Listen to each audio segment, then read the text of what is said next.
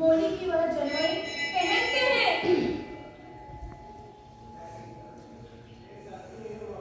छतरी जो रहते हैं वह अपनी कहाँ पे बांधते हैं? राखी किस पे बांधते हैं? तलवार पर, क्योंकि उनका शस्त्र है। छतरी लोग शूरवीर होते हैं।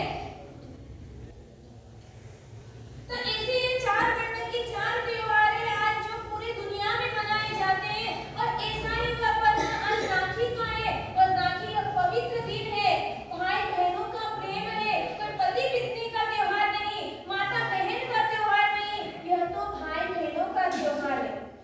आज के दिन जिन बहनों का भाई न हो तो उसकी आंखों में आंसू आते हैं।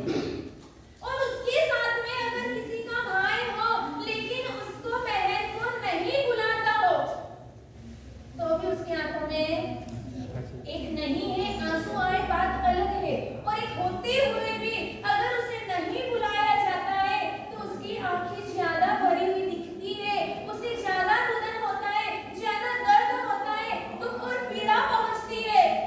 अरे मेरा भाई ने मुझे नहीं बुलाया।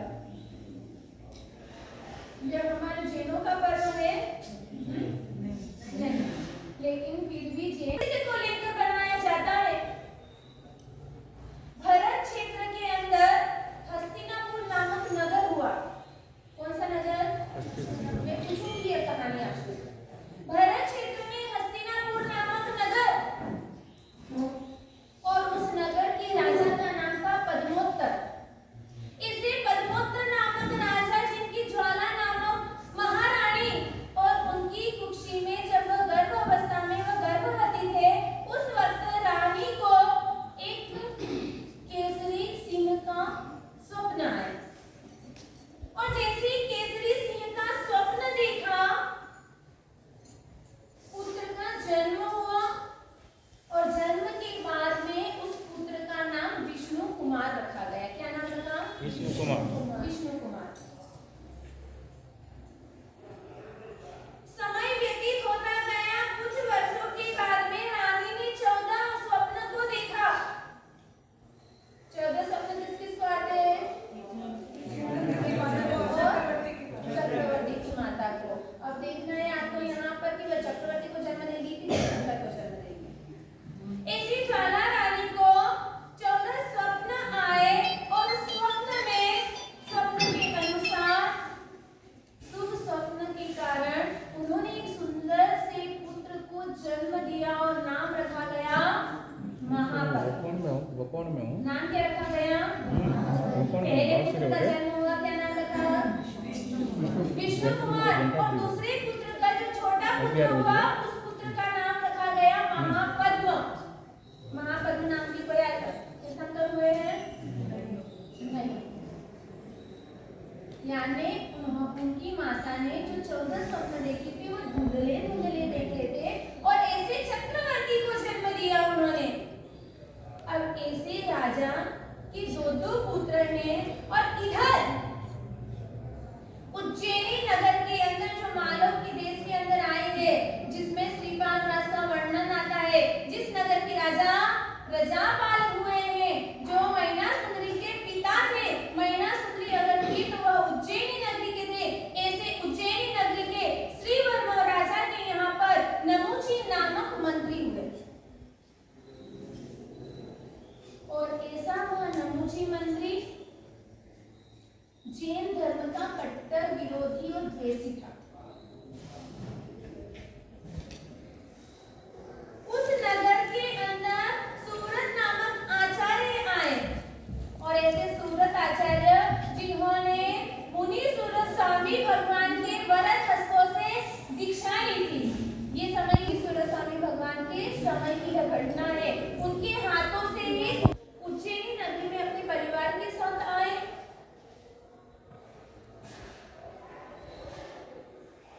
उस नमुची मंत्री ने उनके आचार्य की और उनके शिष्यों की बहुत ही कदर न करी। उन्हें खूब वाद विवाद उनके साथ किया। और वाद विवाद में ऐसे बाल मुनि ने ऐसे उस नमुची मंत्री के साथ में वाद विवाद किया और मंत्री को हरा दिया गया।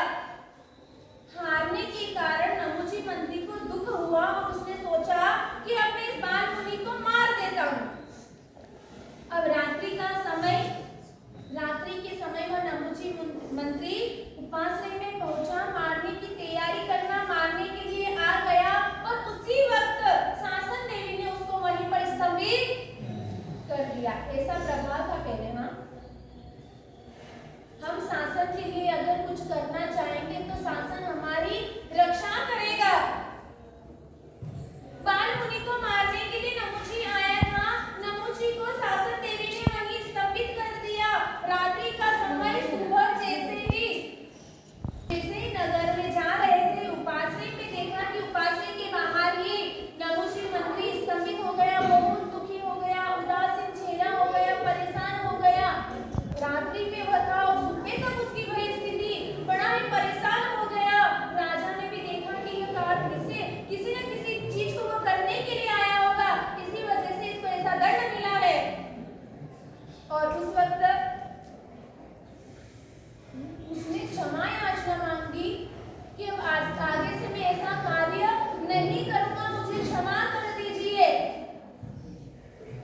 गुरु भगवंत से भी प्रार्थना करी, राजा से प्रार्थना करी और शासन देवी ने उसे फिर पहले जैसा यथावत कर दिया।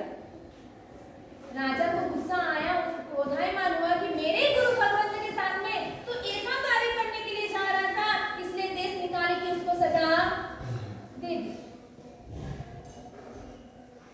अब इधर देश निकाले की सजा देने के बाद नमुची मंत्री अलग अलग नगरों में घूम रहे हैं और घूमते घूमते कहां पर पहुंचा? हस्तिनापुर के अंदर। इधर सुव्रत आचार्य जो थे, पहले उन्होंने विहार किया और विहार करते करते वह हस्तिनापुर नगर के अंदर आए और उनकी वैराग्य भरी वाणी को सुनकर पद्मोत्त राजा क्या हो गए? वैराग्यवासित हो गए। और पद्मोत्त राजा ने गुरु भगवंत से कहा कि आप यहीं स्थिरता रखें। अभी तो उसको देश निकाले की सजा दे दी, वो अलग अलग नगरों में भटक रहा है। इधर सुव्रत आचार्य हस्तिनापुर में आए और हस्तिनापुर में आकर पद्मोत्त राजा को वैराग्यवासित बनाया और राजा दीक्षा लेने के लिए तैयार हो गए। लेकिन राजा से कहा, मुनि से कहा राजा ने कि भगवंत आप यहाँ पर स्थिरता रखें, मैं अपने बड़े पुत्र को राज्याभिषेक कराकर राज्य पद दिलवा कर मैं आपके साथ दीक्षा लूंगा। अब घर पर पद्मोत्त राजा गए और राजा ने कहा विष्णु कुमार को कि बेटा तुझे राजा पद दे रहा हूँ। क्या कहा? मुझे भी संसार से वैराग्य भाव उत्पन्न हुआ है। आज के बच्चे कैसे हैं? आज पिता बैठे हैं, फिर भी उनको सब कुछ चाहिए, प्रॉपर्टी चाहिए, पैसे के पीछे, जायदाद के पीछे, पद प्रतिष्ठा के पीछे हम मरने के लिए तैयार हो जाते हैं, लड़ाई करने के लिए तैयार हो जाते हैं। यहाँ पर विष्णु कुमार कह रहे हैं कि पिताजी मुझे यह राज्य वैभव नहीं चाहिए, मुझे भी संसार का त्याग करना है। और उस वक्त ऐसे छोटे भ्राता महापद्म को बुलाया और उसे राज्य पर दिया गया। पिता और पुत्र ने, पद्मोत्त राजा ने और विष्णु कुमार ने सुव्रत आचार्य के पास दीक्षा ली।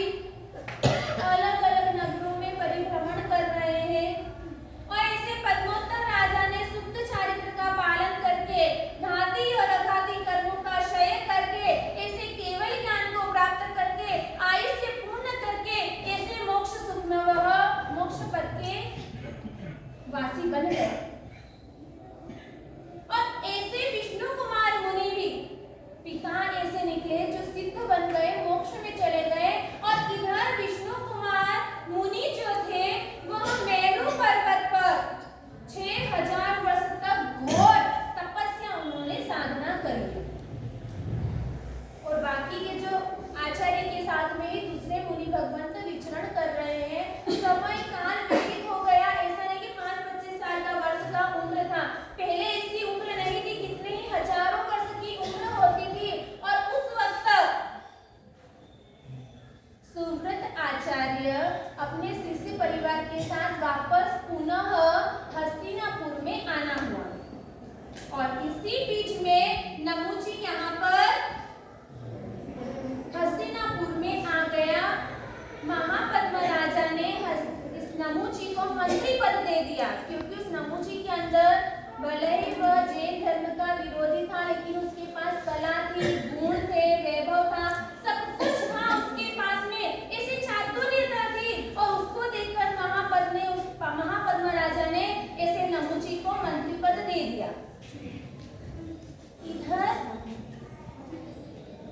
हस्तिनापुर के आजू बाजू के नगरों में जो बाजू के नगर का जो राजा था, सिंहबल राजा, ये इतना इशू क्यों हो रहा है आज? सिंहरथ राजा था, वो नागरिकों को परेशान करता था। तब नमूची ने कहा, आप मुझे आदेश दें, मैं उसे बंदी बनाकर लेकर आ जाऊंगा। और वह नमूची सिंहबल राजा को बंदी बनाकर महापद्म राजा के पास में लेकर आ गया। महापद्म राजा बड़े खुश हुए। कोई ऐसा और कार्य जो नहीं हो सकता और वह कार्य अगर कोई कर देता है तो हमें कितनी खुशी होती है, कितनी प्रसन्नता मिलती है।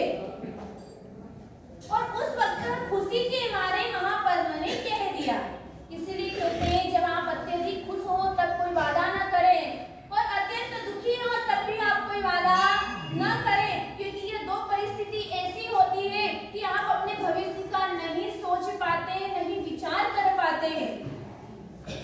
और यहाँ पर महापद्म राजा ने कह दिया कि नमूची तुम मांगो, तुम्हें क्या चाहिए? नमूची भी बड़ा होशियार था। उसने बोला, समय आने पर मैं ये वरदान आपसे मांग लूंगा। इधर सूरत आचार्य तो नगर में आ गए। नमूची को मौका मिल गया। नमूची सोचने लगा, अब मुझे वेर विरोध करने का जिस व्यक्ति ने मुझे 30 निकाली की सजा दिलवा दी, अब इससे मैं वेर ले सकता हूँ। कैसे इसका अपमान करना है, कैसे इनको मृत्यु दंड दिलवाना है, यह मेरे हाथ में है। और उसी वक्त महापद्म राजा से उसने कहा कि आपने मुझे कहा था तू चाहे वो वरदान मांग, मैं वरदान मांगना चाहता हूँ। मेरी इच्छा है कि आप मुझे 7 दिन का राजा बनाए। क्या कहा उन्होंने? मैं चाहता हूँ मुझे 7 दिन का आप राजा बनाए। ना चाहे कि वचन, न चाहे उत्तम पुरुषों की यही पहचान। कैसे महापद्म राजा ने 7 दिन के लिए नमूची को राजा पद दे दिया। अब यहाँ पर कहानी बड़ी क्या है, पहली बार सुन रहे होंगे आप,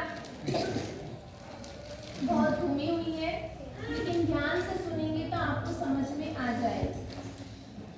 अब नमूची को राजा पद दे दिया। नमूची ने नगर की बाहर एक यज्ञ रचा और उस यज्ञ के अंदर सभी अन्य सभी धर्मों के आचार्य साधु संत पधारे, लेकिन ऐसे सूरत आचार्य नहीं आए। तब आचार्य उपासना में जाकर आचार्य को बहुत कुछ भला बुरा कहा और कहा कि आप राज विरुद्ध आपने कार्य किया है, इसलिए आप अब इस नगर के अंदर रह नहीं सकते, इस नगर को छोड़कर आप चले जाएं। इधर सूरत आचार्य तो चातुर्मास है तो यहाँ पर विराजमान थे। पहले कोई विनती नहीं होती थी कि विनती के बाद में आप इस नगर में रहे। चातुर्मास का समय चल रहा था और ऐसे हस्तिनापुर में वह विराजमान थे। अब मुनि सोचने लगे कि इस वर्षामास में, इस चातुर्मास के अंदर हम मुनि भगवंत नगर को छोड़कर बाहर नहीं जा सकते हैं। लेकिन नमूची मानने के लिए तैयार नहीं है और कह रहा है, अब एक पल के लिए भी मैं आपको यहाँ नहीं ठहरने दूंगा। अगर आप यहाँ ठहरे तो आपको मृत्यु दंड दिया जाएगा। अब सभी गुरु भगवंत विचार विमर्श करने लग गए। अगर ऐसी आपत्ति, ऐसा संकट अपने संग में, समाज में, शासन में आ जाए तो हम क्या करने के लिए तैयार होते हैं? कुछ कर सकते हैं आप? घर पर बैठ जाएंगे बस अपना एक ही काम है, अपन ज्यादा से ज्यादा जुलूस फेरी निकलवा देंगे, नारे बुलवा देंगे और घर में बैठ जाएंगे। इसके अलावा अपन कुछ भी नहीं कर सकते। अरे मर मिटने के लिए तैयार होना है शासन के लिए। इधर सूरत आचार्य और दूसरे मुनि भगवंत विचार कर रहे हैं, अब क्या करना। इस नगर के राजा पद्मोत्तर थे जो आपके शिष्य थे सूरत आचार्य के। उनका जो बड़ा पुत्र था वह आपका शिष्य है और वह अभी मेरू पर्वत पर ध्यान कर रहे हैं। बड़े तपस्वी हैं, त्यागी हैं, अनेक लब्धियां उनके पास में है। अगर वह यहाँ पर आकर इसे समझाए तो यह व्यक्ति समझ सकता है। अब बोले मेरू पर्वत तक कौन व्यक्ति जा सकता है? विचार करने लगे, जो लब्धिधारी हो वही मेरू पर्वत पर जा सकता है। मेरू पर्वत कितने लाख क्यों चलता है? हाँ?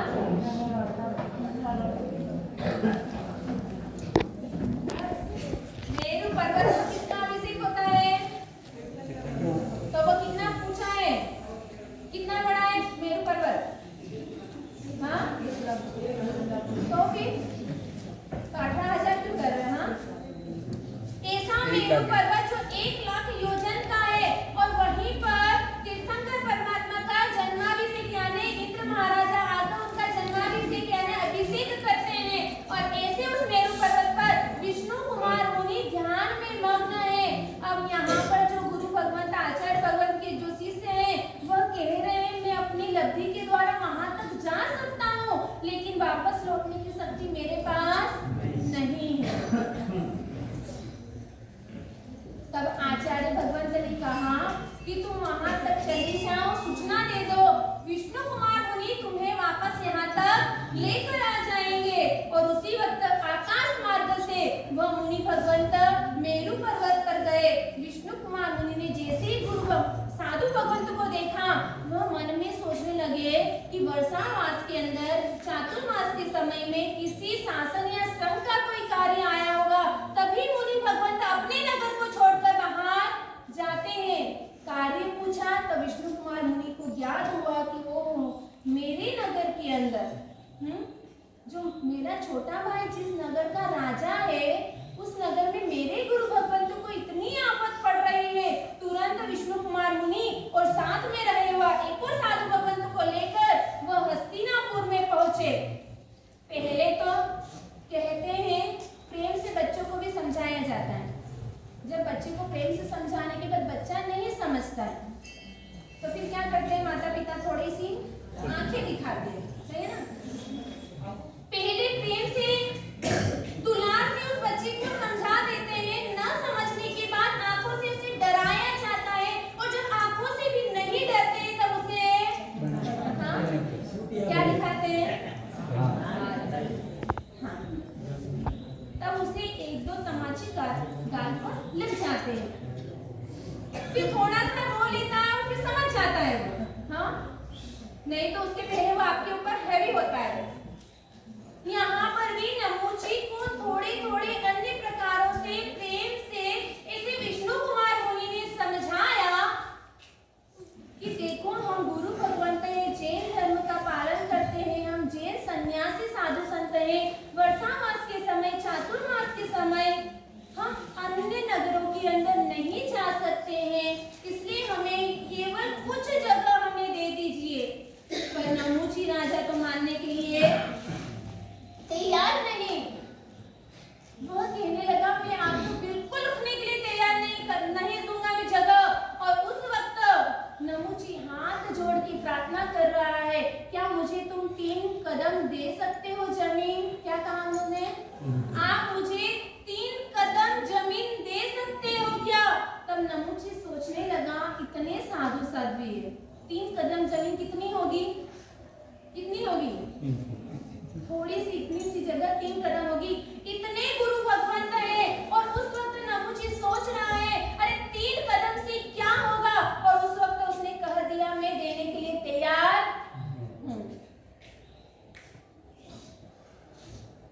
और उसी वक्त विष्णु कुमार मुनि जिसके पास में अनंत लब्धियां थी, अनेक लब्धियां थी और ऐसे अनेक लब्धियों में से एक लब्धि का उपयोग किया और अपना शरीर वह बढ़ाते गए। अपना शरीर वो बढ़ाते गए 1 लाख योजन का उन्होंने अपना शरीर, 1 योजन यानी 12 किलोमीटर, 1 योजन यानी 12 किलोमीटर। अब कितना बड़ा शरीर बनाया उन्होंने? 1 लाख योजन का शरीर बनाया। और उसके बाद में अब वो 3 कदम नापना है उन्हें, हाँ? अब एक पैर उठाया और पश्चिम समुद्र के किनारे उन्होंने पैर रख दिया, दूसरा पैर उठाया और दूसरा पैर उठाकर उन्होंने पूर्व समुद्र के किनारे पर रख दिया। अब इतना बड़ा शरीर वह व्यक्ति ऐसे रखेगा तो पूरी दुनिया ही उसमें समा गई। अब वह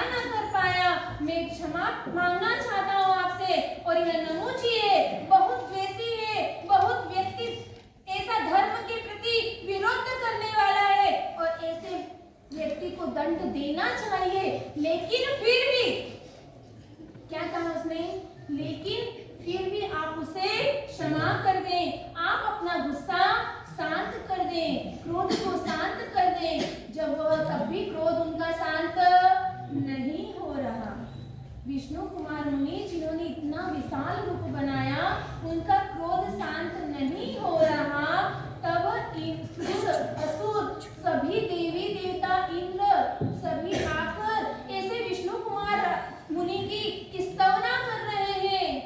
सब कह रहे हैं, जयनाद कर रहे हैं विष्णु कुमार मुनि का, आप शांत हो जाएं, शांत हो जाएं, आप गंभीर हैं। ऐसी अलग अलग तरह से, कई तरह से उनकी प्रार्थना हो रही है। ज्ञानी महात्माओं को किसी छोटी मोटी चीजों से क्रोध नहीं आता है, छोटी मोटी चीजों को वो लेट गो कर देते हैं। अगर उन्हें क्रोध आएगा तो किसी कारण से आएगा। उनका लक्ष्य था, मेरे शासन को आपत्ति आ रही है, संकट आ रहा है, अगर ऐसे व्यक्ति का नाश न किया जाए तो आने वाले समय में इस शासन की रक्षा कौन करेगा? इस शासन पर हमेशा संकट ही संकट आएंगे, इससे तो मुझे दूर करना ही है। इसलिए उन्हें गुस्सा आया था, क्रोध आया था, और उस क्रोध को शांत करने के लिए ऐसे सूर असुर देवी देवता सभी आकर प्रार्थना कर रहे हैं। और उस वक्त उनका गुस्सा शांत हुआ और कहा कि आप आपका मूल रूप वापस लाएं। यह जो व्यक्ति शरीर आपने बनाया है, इतना विशाल शरीर बनाया है, सभी भयभीत हो रहे हैं, आप अपना मूल स्वरूप लाएं, मूल रूप में आ जाएं। और उस वक्त ऐसे विष्णु कुमार मुनि अपने मूल रूप में आए और उस वक्त ऐसे नमूची राजा को भी वहां से देश निकालने की सजा दे दी गई। अब ऐसे विष्णु कुमार मुनि वहां पर रहे हुए गुरु भगवान चातुर्मास कर रहे हैं। ये चातुर्मास का समय आज का समय था और आज के समय में ऐसे विष्णु कुमार मुनि ने संघ और शासन की रक्षा करी थी। किसकी रक्षा करी थी? संघ और इस शासन की रक्षा करी थी। और इसी के कारण आज हमारे यहाँ रक्षाबंधन का पर्व हम मनाते हैं। जैसे विष्णु कुमार मुनि ने संघ की सुरक्षा करी, हमारे साधु संतों की रक्षा करी, आज उसी चीज को हमारे लक्ष्य में लाना है कि हम भी इस रक्षाबंधन को बांध रहे हैं। हाँ, एक राखी की डोर से रक्षाबंधन नहीं मनाई जाती है। हमें आज ये प्रण लेना है, यह नियम लेना है, दृढ़ संकल्प करना है कि हमारे इस शासन पर कभी भी कोई आपत्ति आए तो हम उसके लिए हमेशा तत्पर रहेंगे। अरे बहन अगर भाई अगर छोटा है और बहन बड़ी है तो वो भाई अपनी बहन की रक्षा नहीं कर सकता, कर सकता है? वो उसकी खुद की रक्षा कर ले तो बहुत है ना, सही है ना? भाई छोटा है बहन बड़ी तो क्या रक्षा करेगा भाई की बहन की? उस वक्त तो रक्षा उसके पिता करते और शादी के बाद में उसकी रक्षा उसका पति करता है। यह भी टेम्परेरी है। हाँ, ये भी टेम्परेरी है। कोई भरोसा नहीं कब गाड़ी किसकी खसक जाए, कब व्यक्ति स्वार्थी बन जाए, उसकी भी कोई चिंता नहीं, कोई गारंटी नहीं है। अगर पूरी रक्षा करता है, भव की रक्षा अगर हमारा करता है तो वह हमारा जीव शासन है, हमारे परमात्मा है, हमारे गुरु भगवंत है। नाम दिया गया है रक्षाबंधन। क्या दिया है? रक्षाबंधन। तो र का मतलब होता है हमें रमण करना। रक्षाबंधन का मीनिंग से समझो आप। केवल ये डोरा बांधना, भाई अपनी कलाई आगे कर दे, बहन उसको डोरी बांध दे, तिलक लगा दे, कंकु का छाटना कर दे, चावल उड़ा दे और बहन राखी के बदले अपने भाई से अपना जेब खाली करवा दे, यह भी रक्षाबंधन नहीं है। हाँ? एक बच्चे से हमने पूछा कि तुम रक्षाबंधन का मीनिंग क्या समझते हो? छोटा सा बच्चा था 9 साल का, उसने कहा रक्षाबंधन का त्योहार यानी बहन अपने भाई का जेब खाली करवा दे, वह यह त्योहार है। हाँ? आज हमने अपने त्योहार को कैसा बना लिया है? पहले से बहनों की डिमांड स्टार्ट हो जाती है कि भैया रक्षाबंधन आ रहा है, अब की बार मैं तुझसे क्या मांगूंगी? मोबाइल मांगूंगी, मुझे अब की बार